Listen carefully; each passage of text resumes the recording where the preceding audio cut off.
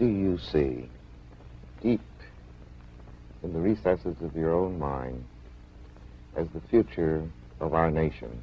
And I ask that question in that way because I think that the future of the Negro and the future of the nation are linked.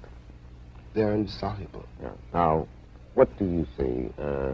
Are you essentially optimistic or pessimistic? And I really don't want to put words in your mouth because what I really want to find out is what you really believe. Well, I'm both glad and sorry you asked me that question. I'll do my best to answer it. I can't be a pessimist because I'm alive. To be a pessimist means that you have agreed that human life is an academic matter. So I'm supposed to be an optimist. I'm supposed to believe that we can survive whatever we must survive. But the Negro in this country,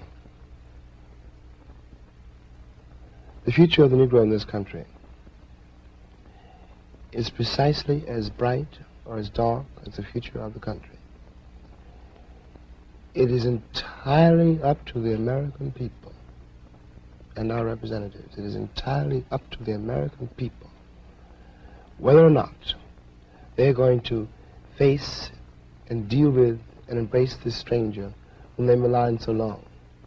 What white people have to do is try to find out in their own hearts why it was necessary to have a nigger in the first place. Because I'm not a nigger. I'm a man. But if you think I'm a nigger, it means you need it. The question you got to ask yourself, the white population of this country has got to ask itself, North and South, because it's one country, and for a Negro, there is no difference in the North and the South. There's just a difference in the way they castrate you. But the fact of the castration is the American fact. If I'm not the nigger here, and you invented him, you, the white people, invented him, then you got to find out why. Well, and the future of the country depends on that, whether or not it's able to ask that question. That's part of the dilemma of being an American Negro, that one is a little bit colored and a little bit white. And not only in physical terms, but in the head and in the heart. And there are days, this is one of them, when you wonder what your role is in this country and what your future is in it. How precisely you're going to reconcile yourself to your situation here, and how you're going to communicate to the vast, heedless, unthinking,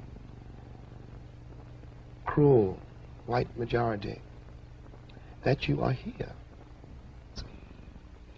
I'm terrified at the moral apathy, the death of the heart, which is happening in my country. These people have deluded themselves for so long that they really don't think I'm human. I base this on their conduct, not on what they say.